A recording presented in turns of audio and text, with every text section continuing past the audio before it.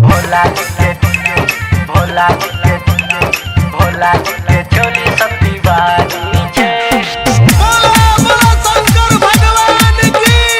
भोला जी के चोली सब दीवानी छे। भोला जी के भोला जी के भोला जी के चोली सब दीवानी छे। महाकाल के माथे पे निशानी छे, महाकाल के माथे पे निशानी छे।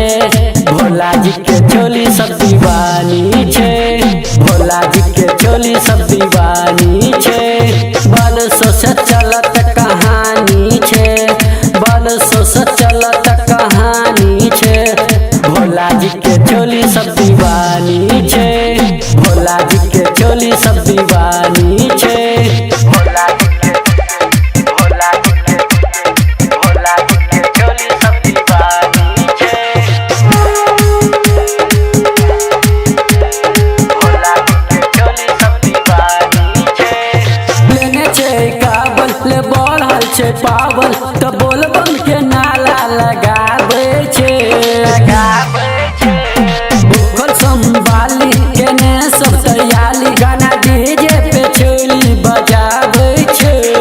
पैदल चले में परेशानी छे, पैदल चले में परेशानी छे। भोला जी के चोली सब दीवानी छे, भोला जी के चोली सब दीवानी छे। भोला जी के भोला जी के भोला जी के चोली सब दीवानी छे। बोला बोला शंकर भगवान की। भोला जी के चोली सब दीवानी छे। भोला जी के भोला जी के भोला जी के चोली सब दीवानी छे। चढ़ल जब से सावन लागे मन भावन तो गावे बाबा के नचाली छे। चले सबा गाली जाय छे शिव दुआली, खाली छोटकी छोली देखी पीछे छे। मल दिल के चलत मन मल जी छे, राहुल के चलत मन मल जी छे।